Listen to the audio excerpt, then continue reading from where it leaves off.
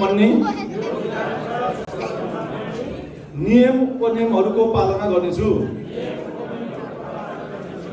म गैर-आवासीय नेपाली सङ्घको मूल्य र मान्यतालाई सर्वोपरि ठानी कर्तव्यनिष्ठ भई मन, वचन र कर्मले जिम्मेवारीको पुरा गर्ने प्रतिज्ञा गर्छु। जय नारायण, जय मातृभूमि। यहाँहरूले आफ्नो काम, पद, नीति र हस्ताक्षर गरेर दिवाकर पाण्डे महासचिवलाई बुझाउनुहुनेछ। बाँकी प्रोसिडिङको लागि श्यामजीलाई माइक हस्तान्तरण गर्ने, कृपया बस्दिनु होला। धन्यवाद परमेश्वर नागज्यू। यो पदभार हस्तान्तरण गर्नको लागि र एउटा कुर्सी